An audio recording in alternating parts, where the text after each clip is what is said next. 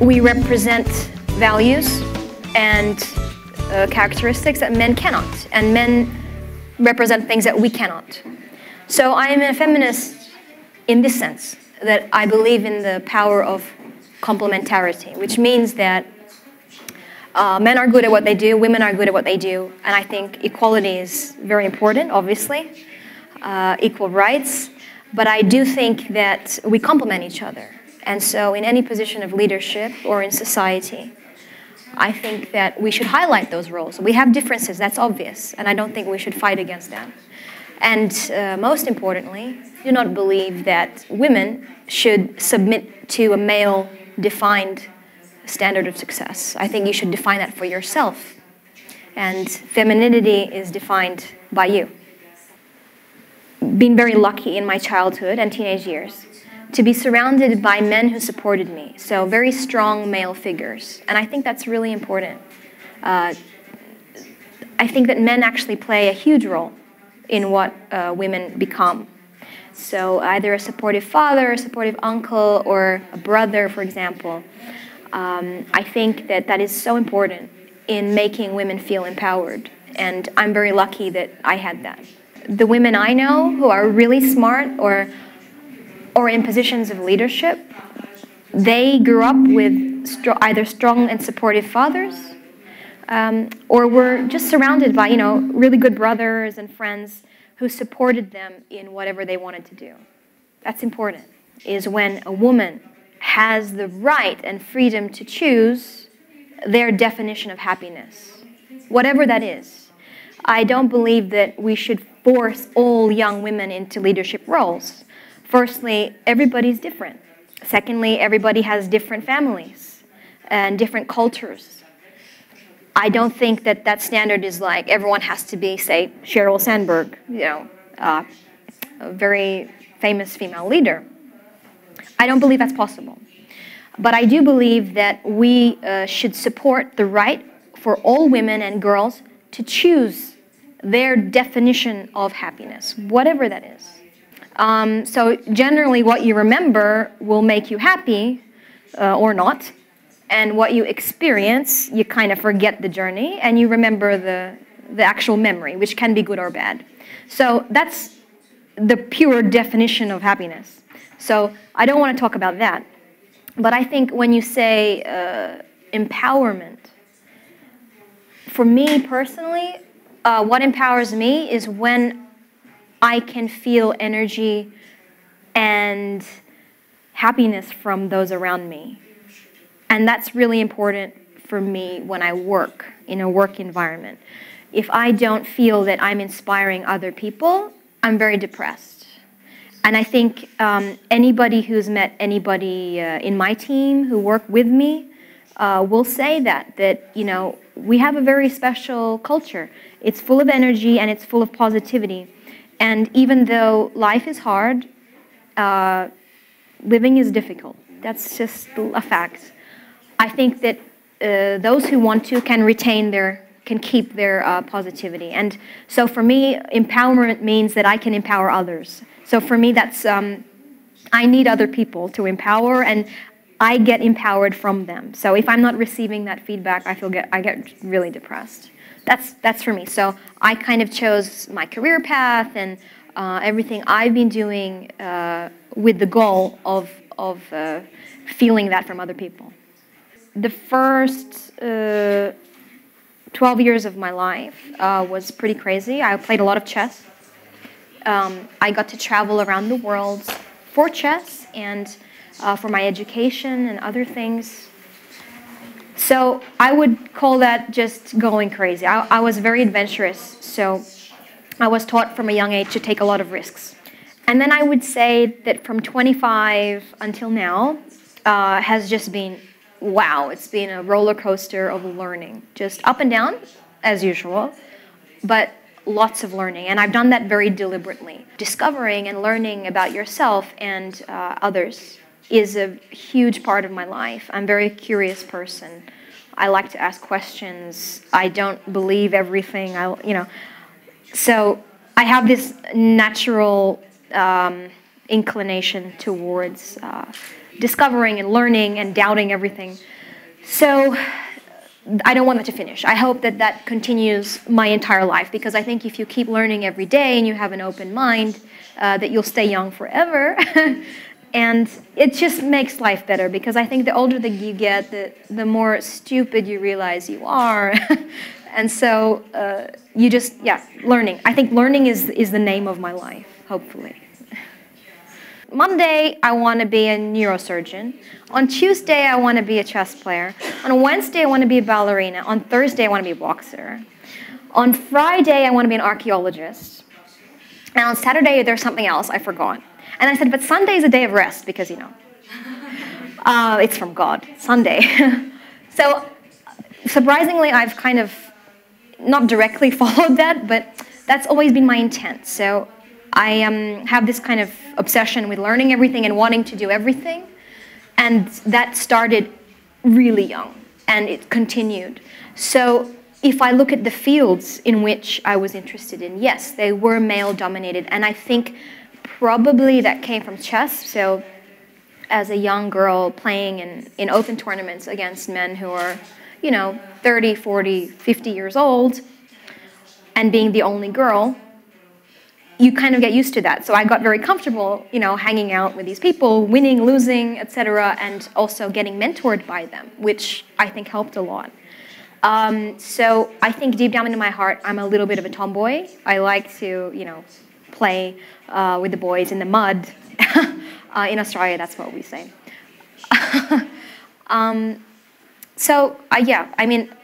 Also I like competition, this feeling of competing. So that's also probably why, that I like to attempt something that is difficult, because then there's less competition. If you do something that's easy, you're competing with everybody. If you do something that's hard, less competition. If you grow up your entire life comparing yourself with other women, that means that that's your ceiling. My competition is women. But if you grow up your entire life not even seeing this distinction, not even understanding that, this is for a woman and this is for men, then you have this blindness, gender blindness. And that means that you will compete not as a woman, not as a man, but as a human. And that's very important, because the best girl got here. So that's your ceiling. But then if you open up the market and you're like, wow, the best guy's there, right? It's a completely different competitive field. And I think you need to start that gender blindness when you're really young, so you don't grow up with that feeling. It's modern society. We have a lot of information, and we have to navigate that quickly, and we have to make decisions. I meet you, do I like you or not? Right? So I judge you immediately. And I think that judgment is based on my cultural upbringing, my own experience, and the society structure that has been imposed on you. And I think in a social psychology context, this is helpful, because it helps us navigate social networks, relationships. It's normal. It's just pattern recognition. That's what it is. But on the other side, I think that you should have flexibility to be able to use your own intuition and to judge for yourself, and not to put somebody in a box, right? So I think it comes to balance. There are some people who are so against stereotypes that they become stereotypes themselves. So I think this kind of stereotype issue can get a little bit hypocritical. I think it's obvious. We're humans. Social psychology shows us that pattern recognition is how we survive. It is how we navigate human life, human relationships. And if you're an intelligent person, then you should use your intuition and to also feel people. Everyone's different. If I'm to give any advice about breaking stereotypes, I think it's all about persistence. If you want something, you will find a way to do it. It's simple. Persistence and discipline and just inner motivation. If you don't want it, deep inside, it's not going to happen. And the more that society makes that difficult for you, that goal, whatever it is, the more you need to push and to find a way to make it work. So a young mom, for example, single mom, let's say, with a child, but she really wants to be a lawyer. What do? Yeah, she has no money, no family to support her, and she's living in a society that doesn't have free education, let's say. So she's got to work, she's got to take care of her child, and she has to get her law degree. I would say that that is a very difficult situation. But if she really, really wants to do this, she will do it. Well, I left my family, I left a good job, I left a house, I left a city that has a beach. But it was probably the best decision of my life because I've traveled so much. I think I've maybe been to over 70 different countries. I've lived everywhere. But I've never felt more at home than I am in Armenia. And I don't know why, actually. I don't have an answer for you. So, yes, it was difficult because I took a risk. I'm living a very comfortable life. But I did it for love. My background is, let's say, in economics and business, in these, public policy, this kind of stuff. It would be too difficult for me to attempt something like the Wall Street Journal, maybe in the future. But I think Champord is a little piece of bright hope in a small city, where people can read every week a little bit of good news, a little bit about social policy, a little bit about policy, about what government's doing, about what's happening in the city, concerts, etc.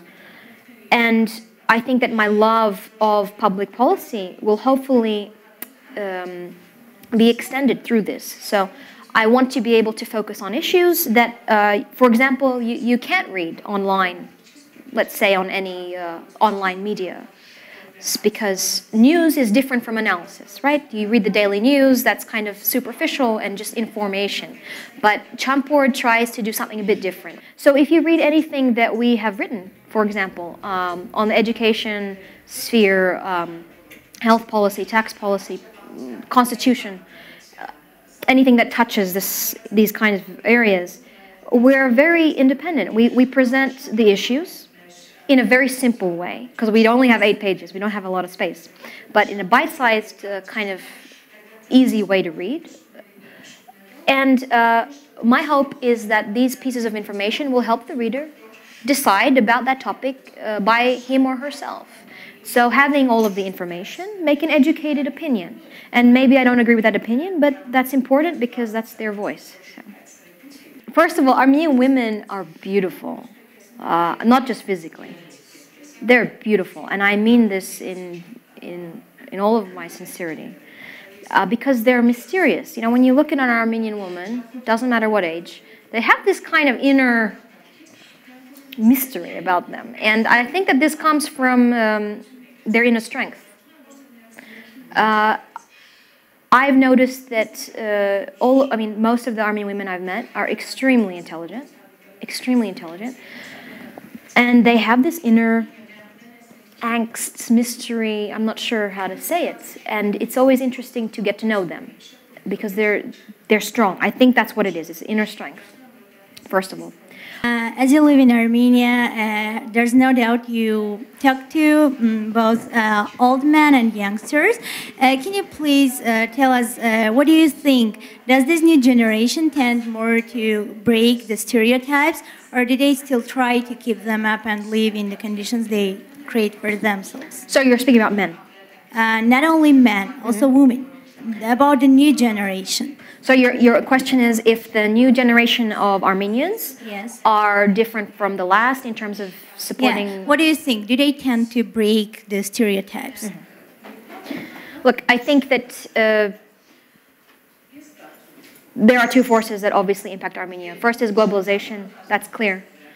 I was in Armenia for the first time in May 2007. And when I walked down, Tumanyan, all of the girls were in high heels and like full makeup at 9 in the morning. And I was ashamed, I'm like an Australian in jeans and sneakers. And I felt so unfeminine, and I was like, wow, they have so much energy to do that. And now I walk, and look at you guys. I mean, half of you are in jeans. A lot of you wear flat shoes or sneakers. So this is a clear influence of globalization, and I would say especially the second factor, which is the influence of the diaspora.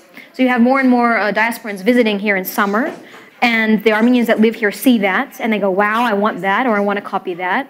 Look at all of the wine bars opening up, right? The way we dress, it's obvious. So globalization and the impact of the Armenian diaspora clearly has results on the way we dress, on the way we think. Not just the way we dress, but the way we think.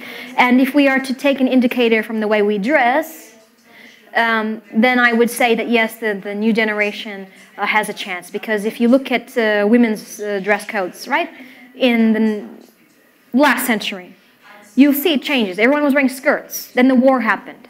Things had to get more practical. The World War, right? First World War, Second World War. Things had to get more practical. So women started working as well. What happened to their dress code? It became a lot more practical. You know, not these high heels and skirts, like, they can't do that, right?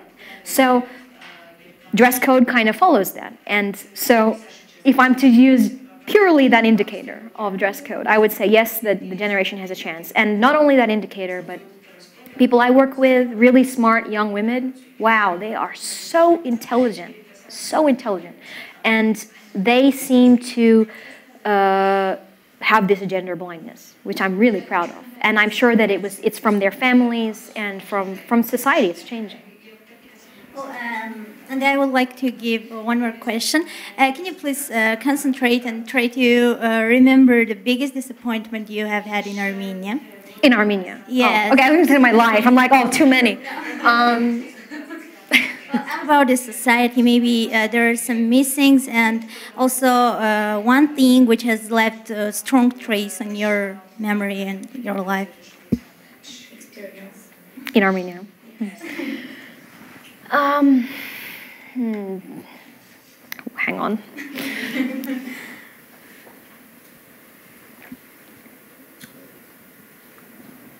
I think disappointment in Armenia has maybe come from a personal level. So, you know, when you are, quickly about me. I live in Armenia. I'm alone. I have no family here. As many of you know, Levon travels a lot. I work a lot. So I have a very small network of friends. Very, very small. And I think that when trust has been broken in these aspects, that hurts. But I would not really attribute that to Armenia. That happens all around the world, where people you trust kind of betray you, for example. But maybe in a purely Armenian context, the market is very disappointing sometimes. Why? It's small and it doesn't react to things. It's very slow to react. And I'm not saying this is bad. I'm just saying that this is a characteristic of Armenia that has continually disappointed me. So take any marketing campaign or novel idea that you might have, and you introduce it to the Armenian market. It takes so long for this idea to catch. And I don't know why. I can question why. Maybe, Armenians are very kind of protective of their market. When they're used to something, they don't want to try anything new. I think there's like 100 different reasons, but that would have to be my major professional disappointment. Is just the sluggishness, the slowness of the reaction of the market. Your mother, you said your father and your brother was making big influence on your childhood. Mm-hmm. And nothing about your mother. Okay. And maybe your aunt, your grandma. Sure. Okay. Well, that's a really good question. First of all, I meant brothers in general. I don't have a brother. I have an older sister. But she's. Oh my gosh! I forgot. No, she's the same age as Lev. So she's like 34. Yeah. But she's very supportive. What I meant was male figures in your life, so uncles, brothers, teachers, etc. No. Okay. So yes, as I've said, my dad was, and other male figures in my life, not just my dad, were very gender blind. My mom, exactly the same. And I don't know where she got that from, because my mother had a very difficult life. She was paralyzed twice, and at 16, and that woman could write like 10 books, and she's incredible. I respect her immensely. I love her immensely, and I think that I got a lot of my character from her. She's extremely strong. Very similar to me, actually. She went to the Philippines. You know, she's blonde, she has blue eyes, she's really tall.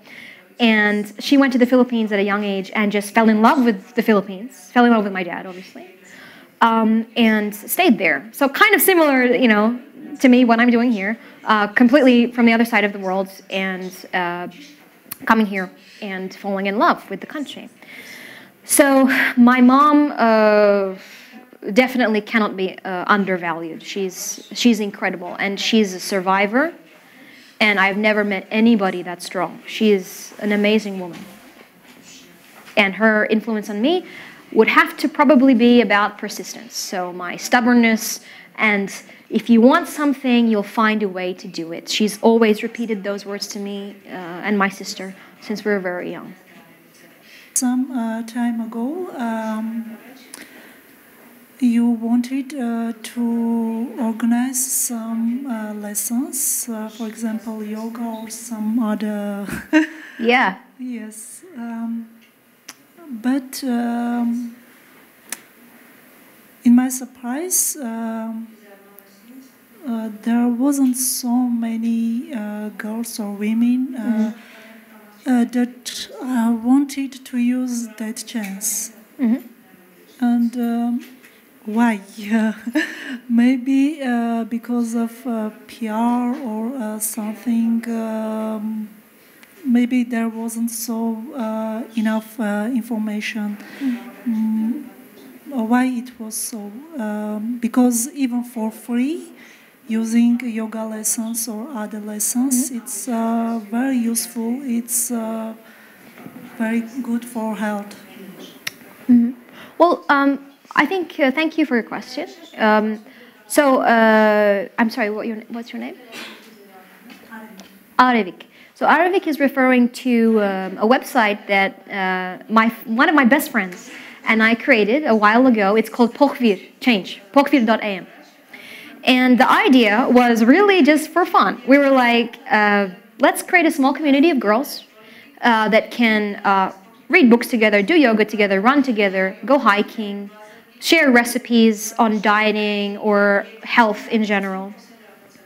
And because it was a side project, I think we just got completely, we just didn't have enough time or energy for it because, you know, we were both very busy and just, we didn't have the time. And so we didn't put the energy and the work required to make it happen. But it still exists, and I do believe in it. I do believe that Pokvir is an opportunity that should be used. I need to find volunteers, I need to find my own time to put myself into that. But that's the general idea, and I agree with you that I was a little bit disappointed that the slow reaction of the market, especially because it's free, there's no profit or just nothing bad about it. It's just about meeting in the park every Saturday and doing yoga together, or choosing a book, reading it together and having a coffee, and just forming this community of women who are concerned about their health and sport and these kind of things. So I hope that we will find some people, some volunteers, or that I will find some time to get that happening because I believe in it. And Tatevik does too. Tatevik's the girl that I started it with. So it exists. You can go visit the site and you can see we tried really hard, but we just didn't have the time. Get it on yeah? So it's on every yellow, purple bus. It's on every trolley bus, and it's in every metro station. And it's delivered on Tuesdays. It's fine. And Zovk as well. Well, that's because it's taken so quickly. Yes. And I don't have enough money to publish more. So. 20,000 is my max for now. But it is still, it's only in Armenian, and it is still the largest printed media in Armenia, taking magazines, everything together. So, And it is really good. I'm always taking in the bus and then putting it back. So maybe we can ask her to bring some one or two examples. We can absolutely. Put it here. So just come by the office. We can give you a few copies.